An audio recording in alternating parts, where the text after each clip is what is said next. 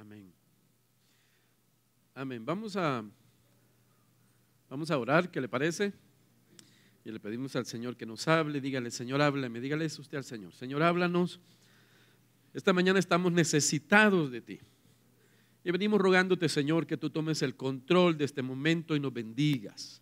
Háblanos, Señor amado, que no sea la capacidad o la incapacidad del hombre la que se manifiesta esta mañana, sino tu poder a través de tu Espíritu Santo, trayendo la luz que necesitamos ahora, en el nombre de Jesús. Amén y amén. Ok, como les dije temprano, es una honra poder estar con ustedes y compartir la palabra del Señor. Y hoy quiero platicarle de una oración que usted se sabe de memoria.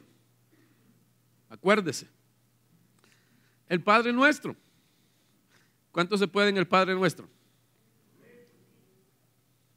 Alguien me decía a mí que el Padre Nuestro es una oración católica. Quien dice eso no ha leído la Biblia, ¿verdad? Porque un día los discípulos le dijeron al Señor: enséñanos a orar.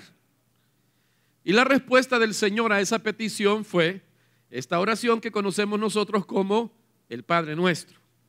Él les dijo: ustedes van a orar de esta manera. Y el Padre Nuestro no es una oración para repetir, es un modelo de oración.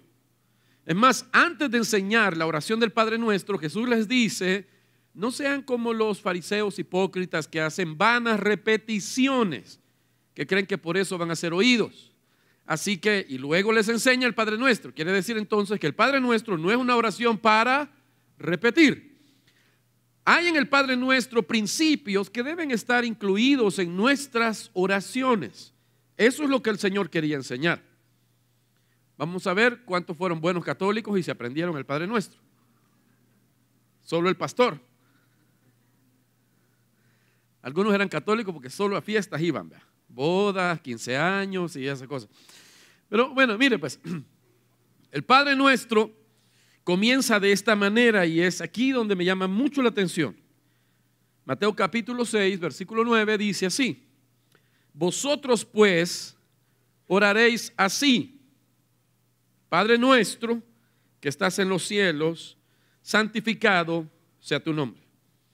Esta frase tan simple como Padre Nuestro, que es la manera en que Jesús les dice que van a comenzar a orar, esa frase simple muestra una de las ideas más radicales que Jesús le enseñó a su gente en los días que Él estuvo en la tierra. ¿Por qué razón? Porque hasta ese entonces nadie había llamado a Dios Padre. Nadie. Así que cuando Él les dice: a partir de hoy ustedes van a hablarle a Dios de esta manera, le van a decir Padre Nuestro. Estoy seguro que los discípulos en algún momento probablemente entraron en conflicto en su mente, porque nadie les había dicho que eso era posible. Es más, la gente común y corriente de aquel entonces ni siquiera se imaginaba poder llamar a Dios Padre. Dios es el creador, Él es santo, Él es justicia, Él es proveedor, Él es estandarte. Pero Padre, probablemente se quedaron asustados. A usted y a mí no nos parece nada novedoso eso, porque nuestras culturas religiosas de América Latina nos enseñaron a decirle a Dios Padre. Así que no nos asustamos por eso. Pero en los días de Jesús, llamarle a Dios Padre era una cosa no solo novedosa, sino bastante atrevida. De hecho, en el Antiguo Testamento solo en 7 ocasiones se le llama a Dios Padre. Y ninguna de ellas es que un hombre le esté diciendo a Dios: tú eres mi Padre. Y es muy interesante porque el Señor está quebrantando todos los estereotipos que la gente tenía acerca de Dios. Un Dios lejano, un Dios que nos creó, que nos dio cuerda y nos dejó viviendo aquí a nuestras anchas para ver cómo salíamos nosotros solos. Algunos pensaban en Dios solamente como el creador y que Él nos creó y se distanció de nosotros. Pero si cometemos un error, Él va a venir para castigarnos. Y esa era la idea que tenían los judíos de aquel entonces acerca de Dios. Pero Jesús está diciendo que Dios no es solo un creador, que Dios no es un poder superior, sino que Dios es un Padre. Con esto nos está enseñando algo importantísimo, que con Dios se puede tener una relación cercana. En aquel entonces, como le dije, todo esto para nosotros no es novedoso, pero para aquellos en aquel momento era una cosa totalmente nueva. Yo no me puedo relacionar personalmente con un creador, es muy difícil, y no me puedo relacionar personalmente con un poder superior, pero sí me puedo relacionar con una persona que es Padre. Así que el Señor estaba trayendo buenas noticias. Dios es Padre. Y Él nos llama a nosotros a una relación cercana, a una relación que no se rompe, la relación de padre e hijo. Porque usted es hijo de Dios. Dios lo bendiga. Todos los demás hoy van a recibir a Cristo en su corazón para...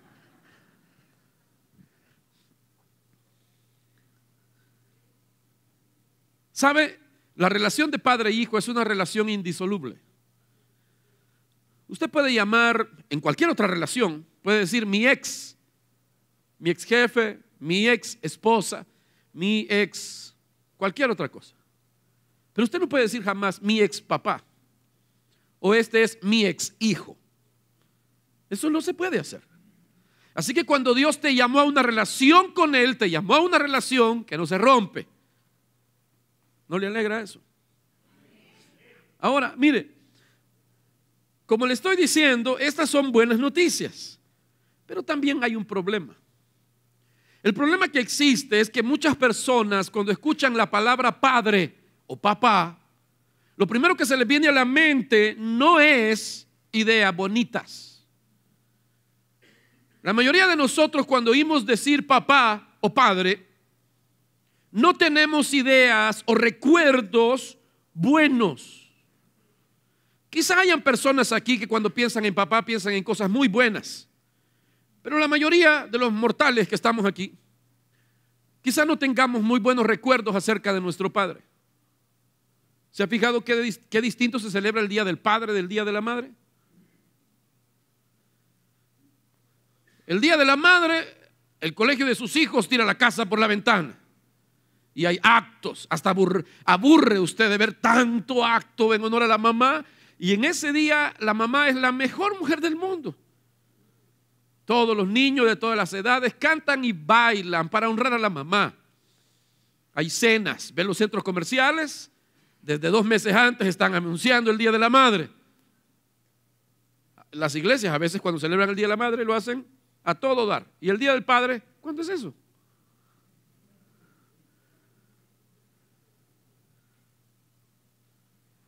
Algún hombre estará diciendo, es cierto, dígaselo, pastor, pero ¿quién tiene la culpa de eso?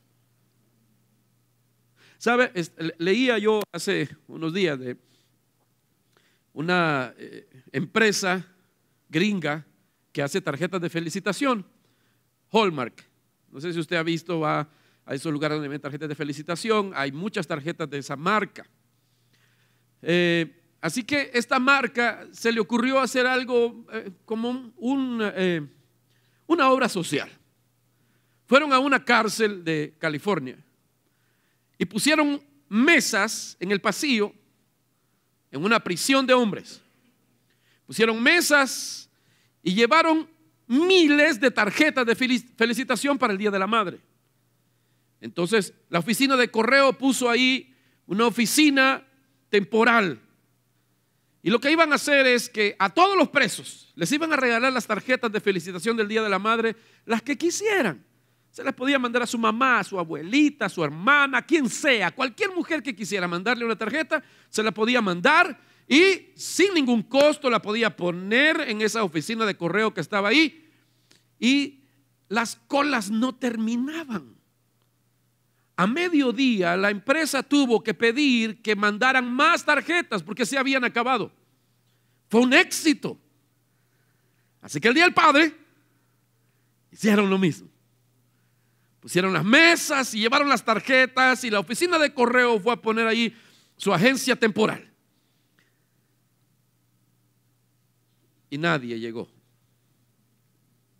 Nadie. Ni un solo hombre tuvo el valor, la gratitud de mandarle una tarjeta a su papá. Ni uno, ni un solo preso, ni uno.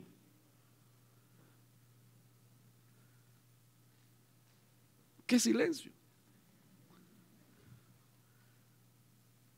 ¿Quién tiene la culpa? Por eso le digo, para muchos pensar en padre es traer a la memoria recuerdos dolorosos. Para muchas personas solo mencionar padre piensan en desilusión. Padre piensan en resentimiento. Padre, enojo. Padre, abuso. Algunos de nosotros tenemos recuerdos de nuestro padre buenos, muy pocos. Y alguien estará pensando, ¿y eso qué tiene que ver con Dios como padre? Mire, tiene mucho que ver. Porque la mayoría de la gente cuando dice, yo creo que Dios es el proveedor, gloria a Dios. Yo creo que Dios es sanador. Yo creo que Dios es el creador. Pero padre, amén. Y aunque la mayoría de los que estamos aquí, hoy dijimos Dios es nuestro Padre, amén, gloria a Dios. Si somos honestos, si le ponemos zoom a su corazón, nos vamos a dar cuenta que usted tiene ideas erróneas acerca de Dios por culpa de su papá. Si usted vivió con un padre distante, usted va a tener la tendencia a pensar que Dios es distante. Si usted vivió con un padre injusto, usted va a tener la tendencia a pensar que Dios es injusto. Alguien estará pensando, sí, pobrecita esa gente que está bien fregada, ¿verdad? Usted sí, hay gente que tiene problemas. No hablemos de otros, hablemos de usted. ¿No es verdad que en alguna ocasión usted ha pensado la vida es injusta? ¿Aló? ¿Alguna vez usted ha dicho qué injusticia la de la vida? Sí, la vida. Las cosas no son como deberían. No tiene valor usted decirle, Dios, tú eres injusto, pero aquí en el fondo del corazón, cuando usted dice la vida es injusta, las cosas no son como deberían, usted está culpando que Dios es injusto con usted. ¿Y de dónde le surge a usted esa idea? De su papá. Si usted creció con un padre muy exigente, usted va a tener la idea de que Dios es tan exigente que no deja pasar absolutamente nada. Si usted creció con un padre que no estaba ahí cuando usted más lo necesitaba, usted va a llegar a pensar que Dios en ese momento difícil no va a estar para usted. Así que es mejor endeudarse. Así que es mejor hacer esto. Así que es mejor hablarle a fulano para que me ayude, porque Dios no va a hacer nada. Tengo que ver yo cómo hago. ¿Nota usted cómo la imagen de nuestro padre, incluso de nuestra madre, afectó nuestra forma de ver a Dios? Inconscientemente, oiga, inconscientemente, nosotros transferimos toda esta carga emocional negativa a Dios. Todo el resentimiento, toda la duda, la transferimos a Dios. Y cuando tenemos que relacionarnos con Él como el Padre que es de nosotros, nuestra relación no termina de hacer clic porque siempre estamos asociando a nuestro Padre, a nuestra Madre con Dios. Por eso todos los que son papás aquí tenemos una gran responsabilidad. La gran responsabilidad que tenemos es modelarle a nuestros hijos cómo es Dios como Padre. Ese es un clavo. O sea, la paternidad, aunque fue accidental en tu punto de vista, no fue accidental para Dios. Y ya que estás aquí, no puedes actuar como si fuese algo que no querías. Ya estás aquí, tienes una responsabilidad. La manera en que un hijo se relaciona con su padre va a determinar en gran parte cómo ese hijo se va a relacionar con Dios. ¡Qué clavo! ¿Verdad? Estaba leyendo, no sé dónde tengo eso, leía anoche un estudio que se hizo en el 2014 aquí en Guatemala. Y ese estudio sobre el estado de la familia determinó que el 35% de los hogares guatemaltecos eran hogares con padres ausentes, donde la mamá era, o en algunos casos la abuela, eran los que mantenían la casa. Así que aproximadamente 4 de cada 10 hogares en Guatemala, esos son los datos del 2014, aproximadamente 4 de cada 10 hogares no tienen un padre físicamente. ¿Cuál cree que es la imagen que esos hijos van a tener acerca de la paternidad? ¿Qué imagen tendrán ellos acerca de Dios como Padre? Es una cosa delicada. Alguien podría pensar, alguien todavía estará pensando en su mente, no es para tanto. Mire esto. Leí hace algunos años un informe psicológico de un estudio que una universidad hizo de los 50 ateos más prominentes de la historia. Los 50. Y están ahí los más conocidos: Freud, Marx, Nietzsche, Lenin, y habían muchos más, 50 ateos. Lo que el estudio reveló es que muchos de ellos no se conocían, muchos de ellos nunca supieron uno del otro, pero todos ellos, curiosamente, tenían un elemento en común. Todos, estos 50 prominentes ateos de la historia, todos y cada uno de ellos odiaba a su padre. Así que la conclusión a la que llegaron los psicólogos fue que estos hombres plantearon sus teorías acerca de la inexistencia de Dios, no basados en la filosofía o la teología, fueron basados en asuntos personales. Tenían problemas con su papá. Así que transfirieron la carga negativa a Dios y dijeron: no es posible que Dios exista.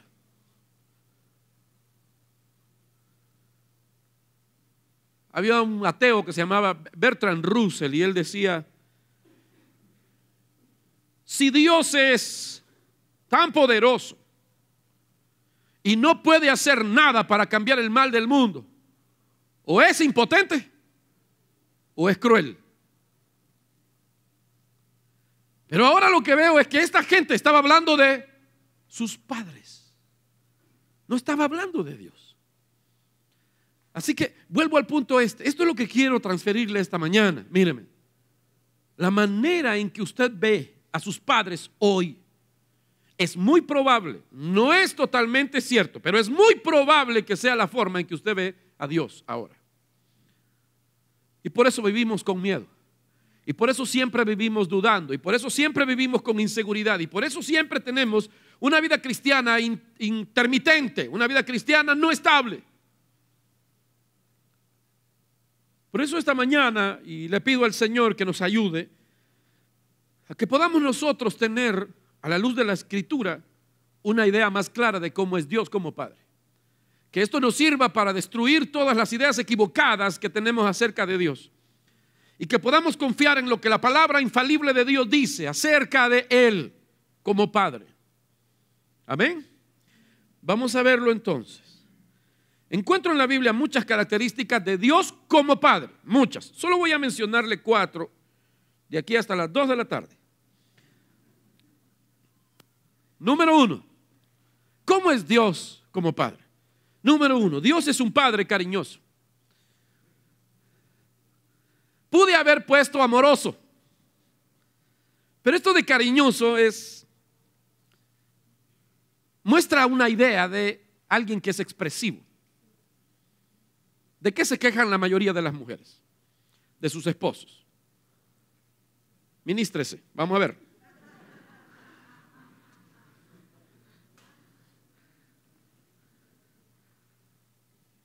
La mayoría de las mujeres casadas que no se quejan de su esposo, muy rara vez llegan diciendo: mi esposo no me ama.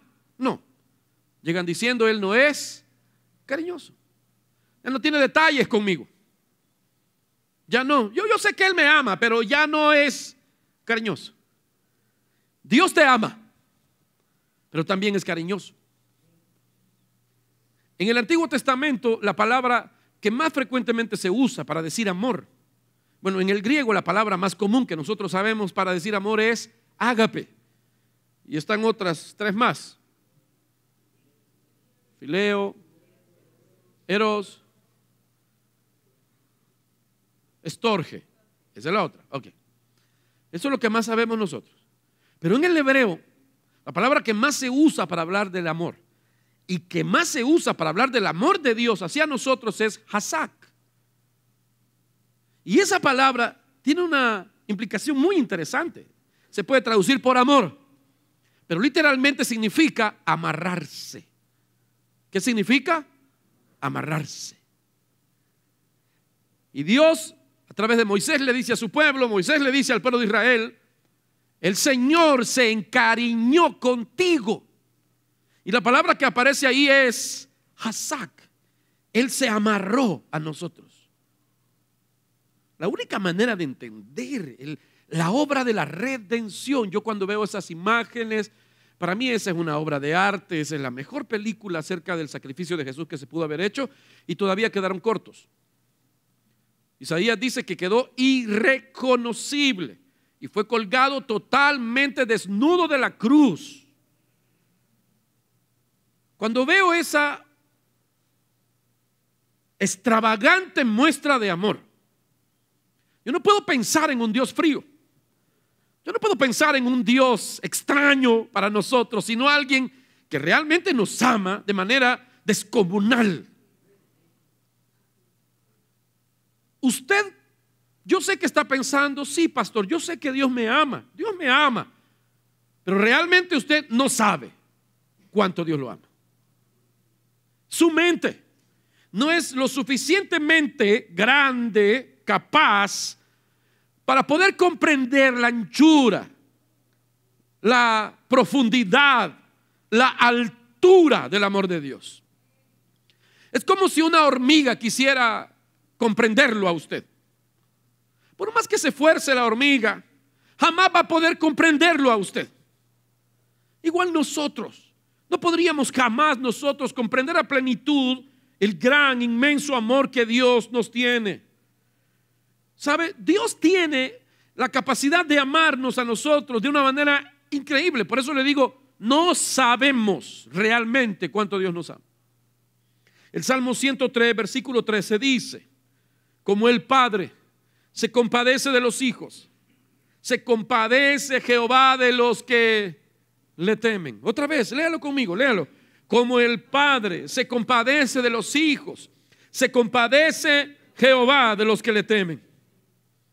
Usted ahora que está en el temor de Dios, que se convirtió en su hijo, Dios te ama y Él muestra compasión. Ese es amor práctico. Dios le ama a usted. Dios no es un romántico que mandó una carta bonita, que la besó, le puso su perfume y nos la envió, y que a la hora de las necesidades serias te dice: no puedo. Dios es un Dios que te ama de maneras reales y prácticas. La Biblia cuenta que un día el Señor Jesús iba con sus discípulos en la barca, esa barca de Pedro famosa. Están en el mar de Galilea, y la Biblia dice que Jesús se acostó a dormir en esa barca mientras ellos cruzaban el lago. Y cuando iban cruzando el lago, usted sabe la historia, se desató una tormenta tan fuerte que parecía que los iba a hundir.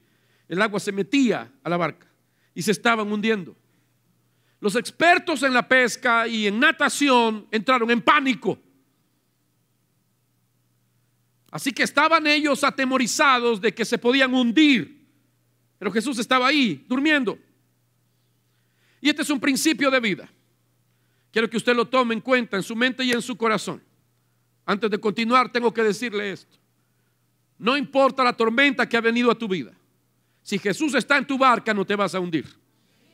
Y eso aplica para cada área de tu vida, a tu matrimonio, a tus relaciones, a tu negocio, a tu trabajo, a tu salud. No importa la tormenta que estás enfrentando, si Jesús está en tu barca, no te vas a hundir. Puede que entres en pánico en algún momento y que hayan momentos de terror. Puede que llegues a dudar, puede que llores, pero no te vas a hundir. Puede que el agua se meta a la barca, puede que pareciera que todo se acabó, pero no te vas a hundir. Si Jesús está en tu barca, eso no pasará. Gloria a Dios. Ahora, sigamos. Están los discípulos ahí en ese momento y van a despertar al Señor. Y cuando lo despiertan, le dicen, una de las que considero yo, una de las preguntas más profundas de la vida, una de las preguntas más importantes de la existencia de la humanidad. La pregunta está en Marcos 4:38.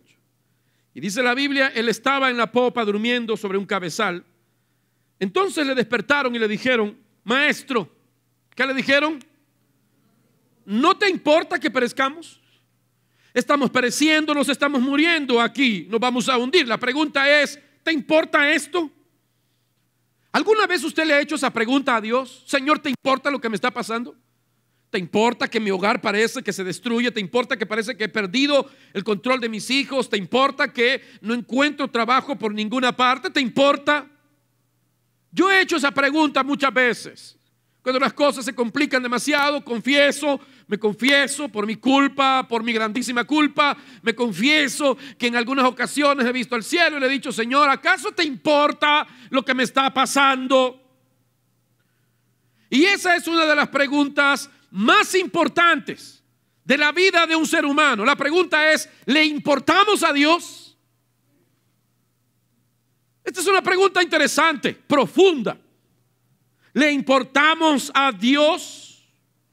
Afortunadamente, cuando uno lee la Biblia se da cuenta que la respuesta a esa pregunta es un rotundente y sonoro, claro que sí me importan. Dios ha dado señales y ese día la Biblia dice que llegan y le preguntan, Señor, ¿no te importa que nos estamos muriendo? Jesús no les dijo, vamos a ver, siéntense todos, hagan una rueda aquí a la orilla de la barca, todos tómense de la mano y la tormenta azotándolos.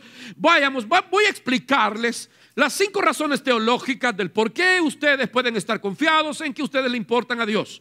Número 1, no les dio un tratado teológico. Le respondió con obras. ¿Te importamos, Señor? Y él se levanta y les dice, ahora van a ver si me importan o no. Viento, calla, mar, enmudece. Y se calmó la tormenta. Quedaron ellos mojados, empapados. Y Jesús le dijo, me despiertan cuando lleguen al otro lado. Y se volvió a dormir. No me pida versículo de eso, pero bueno. ¿Le importamos a Dios? Claro que le importamos a Dios. Miren lo que dice Pedro. Primera de Pedro capítulo 5 versículo 7 dice, echando toda vuestra ansiedad sobre Él. ¿Por qué? Porque Él tiene cuidado de nosotros. Miren cómo dice ese versículo, que debemos echar ¿cuánta de nuestra ansiedad? ¿Qué excluye toda? Nada, absolutamente nada. ¿A qué ansiedades se está aferrando usted en su vida? ¿Cuáles son las ansiedades que usted no ha soltado? Esas ansiedades que cree usted que Dios no puede manejar. El Señor te está invitando hoy a dejarlas todas, a soltarlas en sus manos. ¿Por qué razón? ¿Por qué razón? Porque le importamos. La razón es que le importamos. La razón es que Él tiene cuidado de nosotros. ¿Sabe usted? Y esto es lo que trae una respuesta. Míreme para acá. Alguien se cayó ahí arriba. Tranquilo, no es primera vez. ¿Le importa a Dios mi trabajo? Claro que le importa. ¿Le importa a Dios tu matrimonio? Claro que le importa. ¿Le importa a Dios el pago mensual de tu casa? Sí le importa. ¿Le importa a Dios la colegiatura de tus hijos? ¿Le importan tus temores acerca de la crianza de los hijos? ¿Le importa a Dios? Le importa todo. ¿Le importa a Dios que has subido de peso y que entraste en pánico porque ya no pudiste bajar como antes? ¿Le importa a Dios? A Dios le importa todo eso. ¿Sabe? Sí, hasta en el Sermón del Monte, capítulo 5 de Mateo, la Biblia dice, Jesús diciendo, hablando del Padre, dice que el Padre tiene contados hasta los cabellos de nuestra cabeza. Quiere decir, aquí hay muchos que se ríen así como, conmigo es fácil, Señor, gracias, ¿verdad? Pero ¿qué quiere decir eso? ¿Qué significa eso de que Dios tiene contados hasta los cabellos de nuestra cabeza? ¿Sabe qué significa eso? Que a Dios le importan hasta los más pequeños detalles de tu vida. A Dios le importa hasta lo más mínimo de tu vida. le importa esa caries que te acabas de descubrir en esa muela. A Dios le importa todo lo que tenga que ver contigo, porque Él nos ama. Él es un Dios cariñoso y a Él le importa todo lo que tenga que ver con nosotros. Miren lo que dice Mateo 6:31. No os afanéis pues diciendo que comeremos o que beberemos o que vestiremos, porque los gentiles, ¿quiénes? ¿Está leyendo? ¿Quiénes? Verso 32, ¿quiénes? Los gentiles. Quiero que entienda una cosa. La palabra gentil era usada de dos maneras en la Biblia. Número uno, gentil. Se le llamaba gentil a los griegos, o sea, a aquellos que no eran judíos. Y eso implicaba a todas las razas, no solo griegos. Ser gentil o griego era ser una persona que no era judía. Ok. Pero también había otra manera de usarlo. Y es la manera en que la mayoría de ocasiones Jesús la usaba. Gentil era decir una persona que no tiene una relación con Dios. Una persona sin una relación con Dios. Así que ahora Jesús vuelve y nos dice, lean conmigo otra vez, no os afanéis pues diciendo qué comeremos o qué beberemos o qué vestiremos, porque ¿quiénes? Los gentiles buscan todas estas cosas, pero vuestro Padre Celestial sabe que tenéis necesidad de todas estas cosas. ¿Quién sabe? ¿Quién sabe? Nuestro Padre Celestial sabe. ¿Qué quiere decir ese pasaje de la Biblia? Quiere decir que cuando usted se preocupa demasiado por las necesidades básicas de su vida, usted está actuando como un huérfano. Quiere decir que cuando usted se preocupa demasiado por las necesidades básicas de su vida, usted está actuando como un ateo. Usted está actuando como una persona sin Dios. Porque a Dios sí le importa que hoy en la noche ya no hay nada que cenar en tu refrigeradora y en tu casa. Sí le importa. Le importa eso. Y Él tendrá cuidado de ti. A Él le importan los pequeños detalles de mi vida. Le contaba en la mañana de un hombre que me vino a buscar hace unos días y me decía, me contó sus problemas. Serios problemas, familiares, económicos, de crianza de sus hijos, problemas muy serios. Y me dijo, después de contarme todo eso, solo lo estaba escuchando. Y me dice, ¿sabe qué, pastor? Ya descubrí por qué razón esto se ha complicado tanto. Ya descubrí por qué me siento tan estresado con todo esto y por qué no puedo dormir. Ya descubrí por qué, aun sabiendo lo que la Biblia dice, me estresan estas cosas. Es que yo no amo lo suficientemente a Dios. Esa fue su respuesta. Esa fue la conclusión a la que él llegó. Yo me estreso demasiado, pierdo la paz porque yo no amo a Dios lo suficiente. Y entonces le dije yo, eso no es la razón del por qué te estresas tanto. Es al revés. ¿Por qué razón perdemos la paz por cosas básicas de la vida? Porque ignoramos cuánto Dios nos ama a nosotros. ¿Se acuerda cuando Lázaro está muerto? Y lo mandan a llamar al Señor. Lo han mandado a llamar varias veces. Y todas las veces ha dicho, ya voy a llegar. Me lo saludan. El hombre está enfermo. Luego está agonizando. Y solo manda saludos. Alguien habrá pensado, y ese es el gran amor que le tiene. Ese hombre no lo ama. Y la última vez le llegan a decir, Lázaro ha muerto. Pero le llegan a decir estas cosas importantes. Señor, le dice, esta es la forma correcta en que se acercan. Señor, Lázaro, el que tú amas está enfermo. Está agonizando, ha muerto. El que tú amas. Quiere decir que la respuesta a las oraciones no está basada en el amor que usted le tiene a Dios, sino en el amor que Dios le tiene a usted.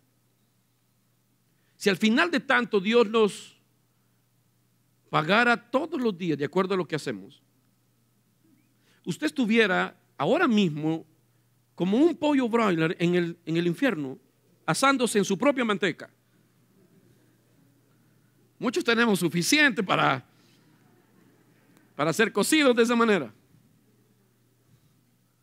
Dígale al vecino, Dios te ama. Dios te ama. Así que, ¿cómo es Dios como Padre? Número uno, Dios es un Dios cariñoso. Número dos, ¿cómo es Dios como Padre? Dios es un Padre consistente. Dios es un Padre consistente. ¿Qué quiere decir eso? Que nunca Dios te va a decepcionar. Eso significa que usted puede contar con Dios. Eso significa que Dios es seguro. Eso significa que Él es constante, que Él es totalmente digno de confianza. Eso significa que Él va a estar siempre ahí, que Él no cambia. Mire cómo lo dice Santiago, capítulo 1, versículo 17. Dice, toda buena dádiva y todo don perfecto vienen ¿de quién? Vienen del Padre, que no cambia como los astros ni se mueve como las sombras. Dios no cambia. Dios se mantiene siempre sin cambiar. Un padre humano puede ser variable. Un padre humano es caprichoso. Un padre humano se comporta en el día de acuerdo a cómo pasó la noche.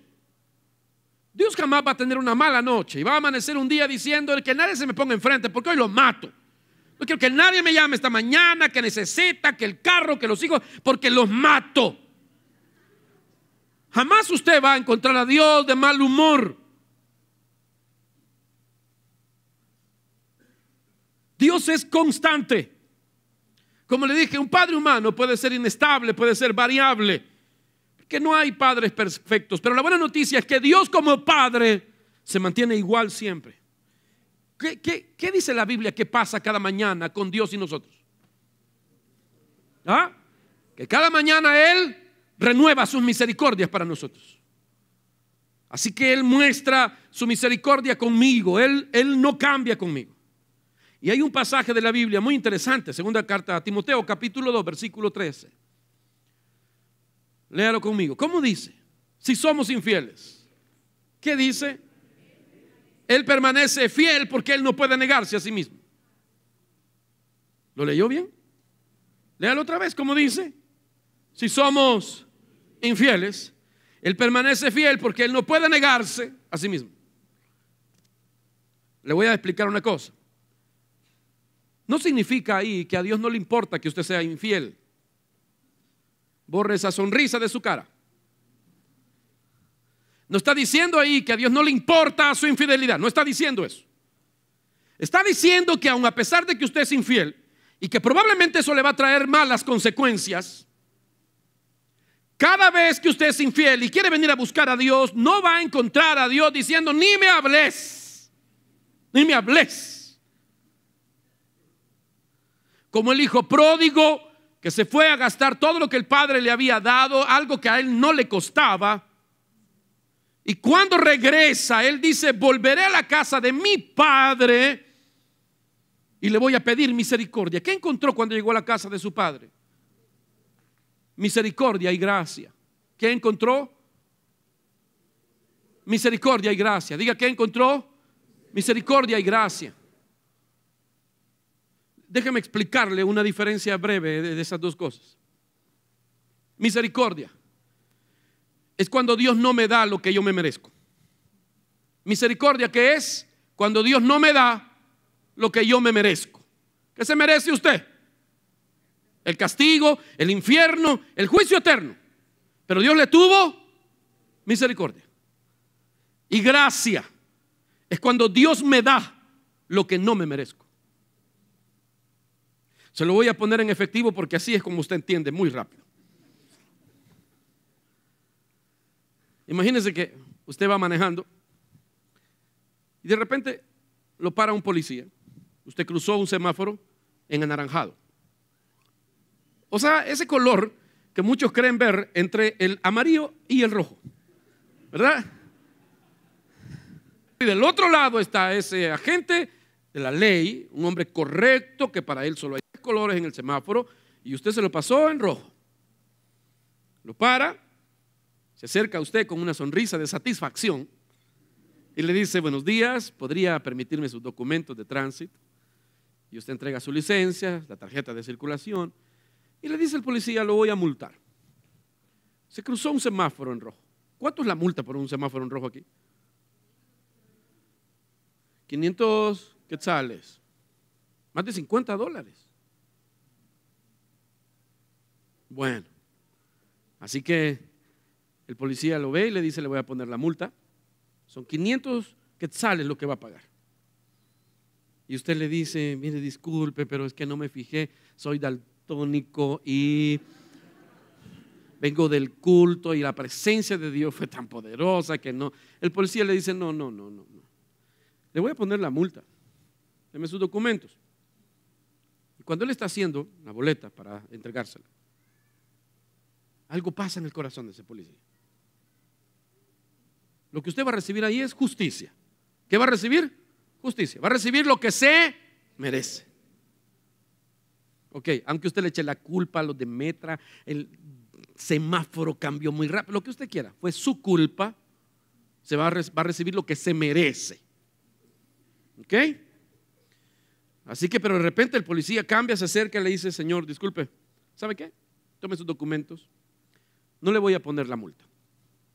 Eso se llama misericordia. No te dan lo que te mereces. Y entonces usted dice: gloria a Dios, bendito el Señor. Y cuando usted está a punto de irse, el policía le dice: espérame. Usted dice: se arrepintió. Y usted lo voltea a ver con temor al policía y le dice: ¿sabe qué? Falta algo, siento en mi corazón regalarle yo 500 quetzales a usted.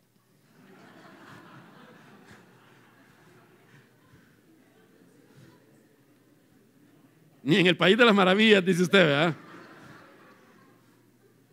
Pero vaya, imagínense, esa cosa que aparentemente no va a pasar jamás. Entonces usted, cuando escucha eso, se queda sorprendido. Y usted ve al policía contar 100, 200, 300, 400, 500. Cuéntelos para ver si no le doy menos.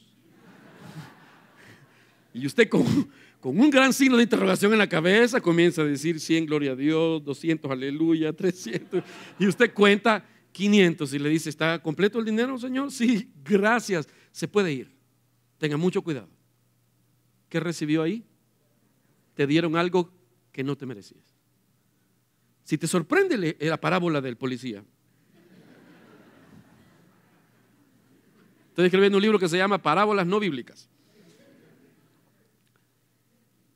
Deberías quedarte sorprendido con lo que Dios hizo contigo, porque no recibiste lo que te merecías y te dieron lo que no te merecías. Eso es recibir gracia y misericordia.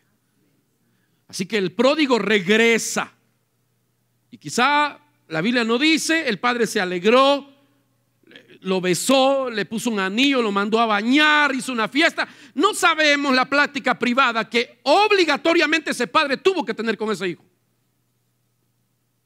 Eso no está ahí, pero obviamente pasó. Porque le voy a decir una cosa: Dios honra en público, pero te confronta en privado. ¿Se acuerda de la mujer que iban a apedrear? ¿Se acuerda de eso?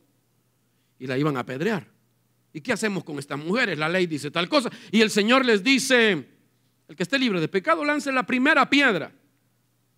Y se fueron todos. Con esa declaración Jesús estaba diciendo: esta mujer es pecadora tanto como ustedes. Él no estaba diciendo: no le hagan nada a mi muchachita, si es que la necesidad la hace hacer estas cosas, hombre, ella es una víctima de la sociedad. No, Jesús está diciendo: esta mujer es pecadora tanto como ustedes. Ustedes no tienen moral para hacer eso. Y se fueron todos. La defendió en público, se puso frente a ella para evitar las piedras. Pero una vez se fueron todos, Jesús les dice: ¿dónde están los que te acusaban? Y ella voltea a ver: se fueron, Señor. Y ella se estaba sacudiendo que ya se iba. No, venga hija, siéntese aquí, le voy a explicar una cosa. Si usted sigue haciendo eso, le van a venir cosas peores. Le voy a decir que se vaya, pero que no vuelva a pecar. ¿Le parece? La confrontó en privado. Así que cuando la Biblia dice que si somos infieles, Él permanece fiel, no significa que a Él no le importa que seas infiel. Significa que aun siendo infiel, cuando te arrepientes, encuentras a un Padre que no ha cambiado. encuentras a un Padre amoroso, misericordioso, que abre los brazos y te dice: bienvenido a casa. Vamos a hacer fiesta, vamos a matar el becerro engordado, pero bañate primero. Gloria a Dios. Ok, entonces, ¿cómo es Dios? Dios es cariñoso y Dios es un Dios que no cambia. Dios no es como los dioses de la mitología griega, por ejemplo. ¿Usted ha leído las historias de los dioses de la mitología griega? Hay películas hasta de eso. Y cuando uno ve las actitudes de los dioses de las mitologías de los hombres, se encuentra con historias como que fueran novela mexicana. Pura novela mexicana. Esos dioses son caprichosos, esos dioses son resentidos, vengativos. Todas las características negativas del corazón y del alma de un hombre la tienen esos dioses. ¿Por qué razón? Porque se los inventaron los hombres. Transfirieron toda esta carga negativa a su creación de dioses. Pero mi Dios no es así. ¿Me estoy explicando? Amén. Número 3. Quiero que vea conmigo. Número 3. Dios es un Padre cercano. Dios es un Padre cercano. La Biblia lo pone muy claro. Que a veces cuando me parece a mí, eso les explicaba yo la última vez que vine aquí, que a veces cuando me parece a mí que Dios se apartó y se alejó, solo es una sensación que yo tengo. Porque realmente Dios no se mueve de su lugar. Cuando usted está en necesidad, Dios está cercano. Cuando usted tiene conflictos y siente usted que alguien lo abandonó, su familia, sus amigos, Dios no se va, Dios se queda. Mire lo que dice Hechos 17, 27. Dice: para que busquen a Dios, si en alguna manera palpando puedan hallarle, aunque ciertamente, que dice, no está lejos de cada uno de nosotros. Ese pasaje de la Biblia, cuando dice que Dios no está lejos de cada uno de nosotros, se refiere a la cercanía que Dios tiene con toda la raza humana. El pasaje no está hablando de la cercanía que Dios tiene con sus hijos. Está diciendo que Dios está cercano a la raza humana. Ahora, si Dios está cercano a los hombres en general, a las mujeres en general, aún aquellos que lo odian y lo denigran, ¿cuánto más cercano podrá estar con sus hijos? Dios es un Dios que se mantiene cerca a pesar de que otros se hayan ido. ¿Sabe? Algunos, por eso le decía al principio, cuando piensan en su padre, piensan en un padre que los abandonó. Muchos aquí esta mañana son producto de una relación tormentosa y que al final tu papá tuvo que irse o te abandonó y tuvo una relación difícil. Algunos aquí ni siquiera conocieron a su papá. Y a veces eso afecta nuestra manera de ver a Dios obrar, pero Dios no se va a ir, Dios se va a quedar. Por eso le decía al principio, no importa cuán fuertes sean las tormentas, Él se queda. Dios no se va, Él no cambia y Él es un Dios que siempre está cerca para mí. Hay 3 verdades acerca de la cercanía de Dios, se los quiero mencionar nada más, me lo van a ir poniendo en la pantalla. 3 verdades que están en la Biblia acerca de la cercanía de Dios, que destruyen el estereotipo de la paternidad de los hombres. Quiero que vea eso. Número 1, la primera verdad es que Dios siempre tiene tiempo para mí. Diga: Dios tiene tiempo para mí. ¿Por qué le digo esto? Porque la mayoría de nosotros como padres y nuestros padres no tenían tiempo para nosotros siempre. Algunas veces porque no podían, pero muchas veces porque no les interesábamos. Y usted lo venía a buscar y le decía: no, ahora no, mijo, no, ahora no, mija. Mañana, más tarde, ahí me recordás. Y no tenían tiempo. Papá, voy a hacer tal cosa en el colegio, no puedo llegar. No tenían tiempo.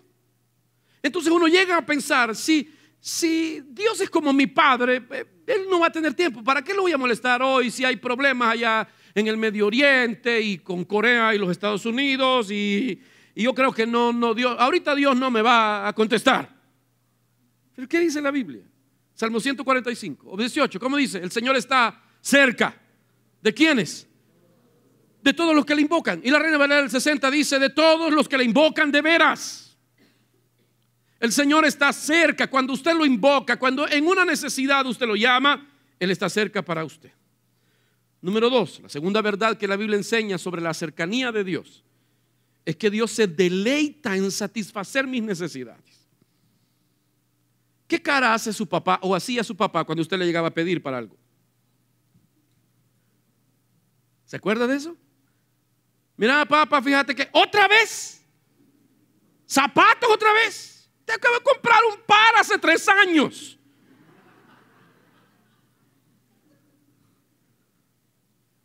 Algunos cada vez que en el colegio pedían algo le decían, mamá, decirle a mi papá porque no sé que él me va a decir algo, siempre me dice algo y para darme los 20 quetzales me tiene media hora, 1 hora dándome un gran sermón, regañándome sobre el valor del dinero y el sacrificio en la vida. Me estoy ministrando.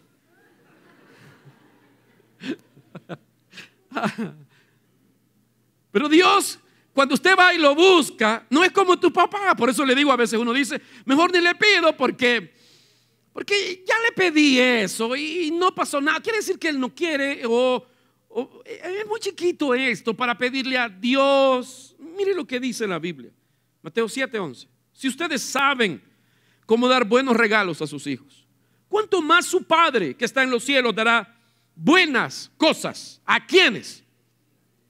Así que cuando usted viene a pedir, Dios te dice, 100 no tengo, 5 te puedo dar. Dice que a Él le encanta darnos y le encanta darnos buenas cosas. El Evangelio de Juan, Jesús dijo, ustedes nada han recibido porque nada han pedido. Pidan. ¿Se imagina que un papá le dice a sus hijos, pídanme? Si ustedes no tienen más, porque no me piden, pídanme. Nosotros no podíamos hacer eso, ¿verdad? Con Dios usted le puede pedir y Él se alegra de darte. A Él le encanta ser tu proveedor. ¿Sabe por qué le encanta ser tu proveedor? ¿Por qué? Porque eso dice, yo dependo de ti. Y una vida independiente de Dios es pecado. Quizá usted no fuma, no chupa, no mujerella. Pero si usted tiene una vida independiente de Dios, usted está en pecado. Ese pecado no huele a cigarro ni a guaro. Ese pecado no suena a Despacito. Pero es pecado. Por eso es que Él dijo en el Padre nuestro que estás en el cielo, santificado sea tu nombre. Venga tu reino, que se haga tu voluntad en la tierra así como se hace en el cielo. Y después, ¿qué dice? El pan nuestro de cada día dámelo hoy. Él quiere que yo sea dependiente de Él. Así que a Él le encanta que le pidamos, porque a Él le encanta darnos. Número 3. La tercera verdad acerca de la cercanía de Dios es que Dios se identifica con mis heridas. ¿Sabe? Hace ¿qué? Unas 2 o 3 semanas estaba ministrando a una persona y en el momento en que oraba por esa persona empezó como a querer llorar, pero inmediatamente le hizo así, contuvo las lágrimas y era una mujer. I can't believe it. Porque, sí, claro, las mujeres tienen las emociones a flor de piel. Entonces cuando yo estaba orando por ella, empezó como a querer llorar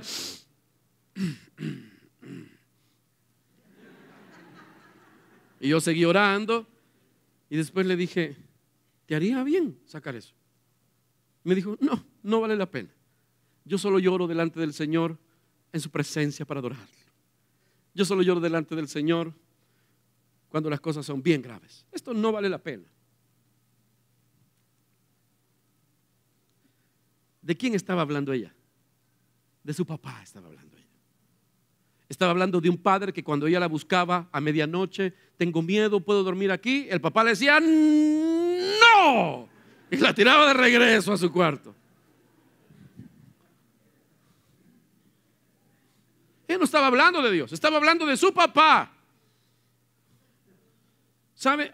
Algunos de los que están aquí tuvieron un padre que cuando usted se golpeaba eran insensibles y lo primero que le decía era: no llores. Si es hombre le decía que no sos hombre, no llore.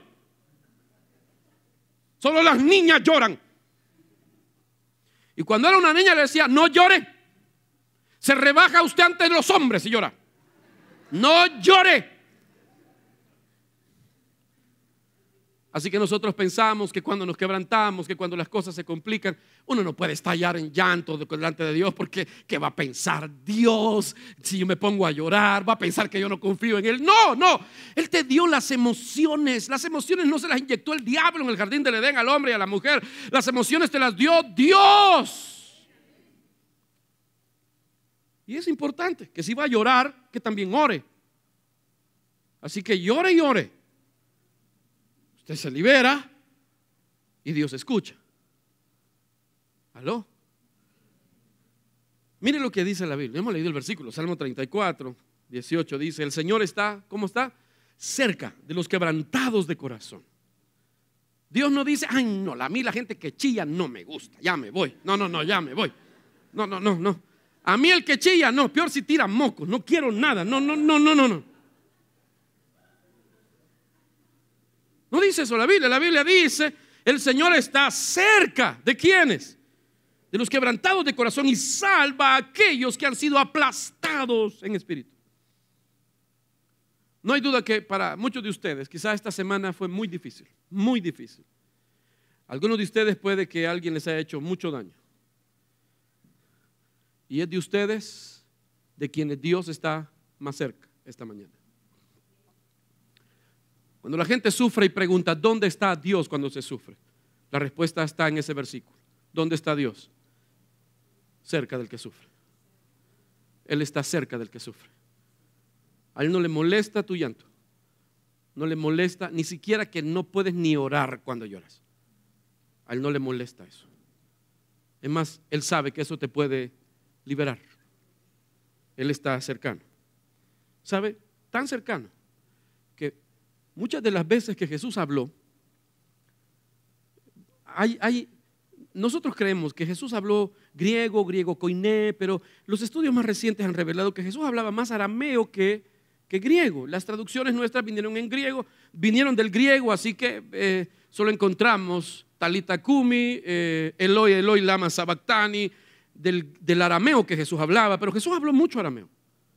Y una de las maneras en que en el arameo se dice papá es Abba. Abba no era un grupo de rock sueco, no.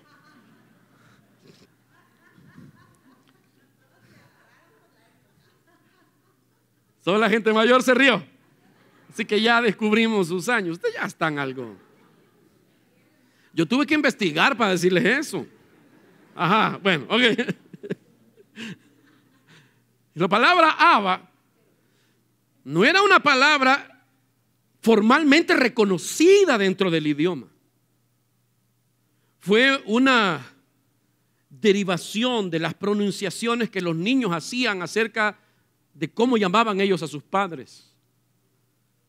Así que no hay una traducción totalmente exacta, pero Abba era la forma en que los niños le decían a sus padres para decirle papito, papaíto. No se le puede decir Abba a cualquier persona. Algunos de ustedes ni siquiera pudieron decirle a su papá: mira vos, porque salía usted volando, ¿verdad? Algunos no podían decir. ¿Cómo que vos? Usted se dice. Mira, papá, ¿por qué me habla golpeado? ¿Qué le pasa? No llore, calma, tranquilo. Ahí después vamos a llorar cuando estemos orando. Pero a Dios es tan cercano que yo le puedo decir papito. Y Él no le va a decir: ¿Qué te pasa? ¿Qué te pasa? Jehová de los ejércitos es mi nombre. Si no te gusta eso, alfa y omega, o principio y fin. Pero papito, ¿qué es eso? No.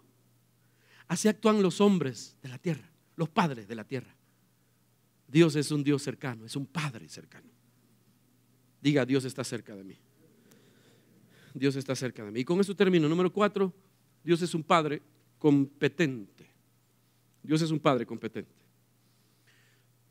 Tal vez se me ayudan con el piano. Miren, Dios no solo es cariñoso, Dios no solo es consistente, Dios no solo está cerca, sino que Él es capaz de hacer todo.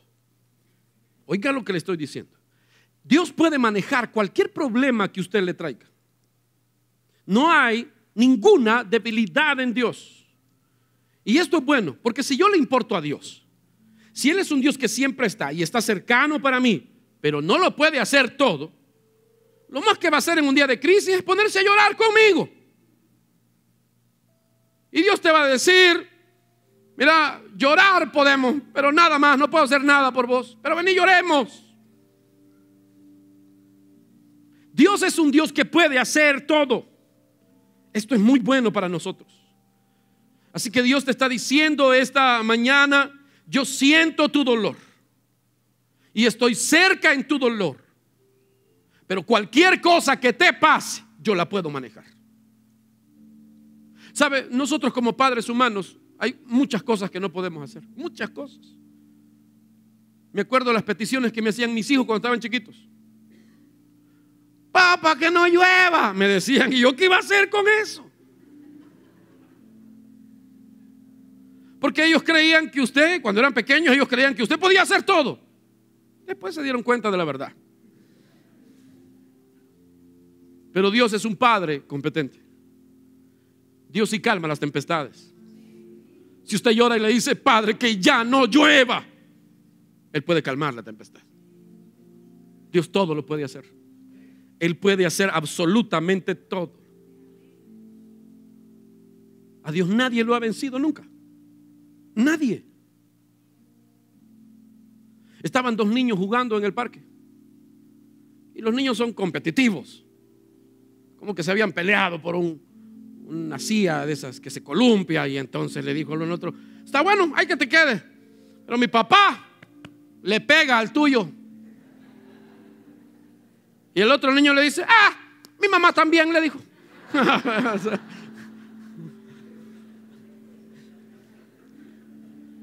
Pero la verdad, nadie le puede dar una paliza a tu Padre Celestial. Nadie. Jamás ha sido vencido en una guerra. Jamás. Y no será vencido jamás. Así que no importa los gigantes que se levanten contra ti, tu Padre estará ahí para vencerlos uno por uno y darte la victoria a ti para la gloria de su nombre. Él puede hacerlo. Lucas 1:37, ese versículo famoso, usted se lo sabe de memoria, dice que para Dios no hay nada imposible. No hay nada imposible. Y ese versículo me encanta a mí, porque eso significa que Él es competente. Este versículo me está diciendo que Dios me manda a decir a mí: no importa lo que te pase, yo lo puedo manejar. No importa lo que te pase, yo lo puedo hacer. Efesios 3:20, mire lo que dice: y aquel que es poderoso para hacer todas las cosas, ¿cómo dice? Mucho más abundantemente de lo que pedimos o entendemos, según el poder que actúa en nosotros. Es como si Dios le estuviera diciendo esta mañana: piensa en el peor problema de tu vida, piensa, y luego te diga: yo lo puedo manejar, yo lo puedo resolver. Cuando decimos no estoy solo en esta vida, pensando en Dios, no es un cliché evangélico. Lastimosamente hay mucha gente religiosa que se aprendió las frases comunes de los evangélicos. Dios está conmigo, Él es bueno, amén, aleluya, Dios le bendiga, varón. Pero a la hora de enfrentarse a los problemas de la vida, actúan como si fueran ateos, porque siguen trayendo la imagen de su padre incompetente, la imagen de su padre lejano, la imagen de su padre duro hacia ellos. Dios no es así. Él es un Padre que te ama y que todo lo puede hacer. ¿Quiere ponerse de pie esta mañana?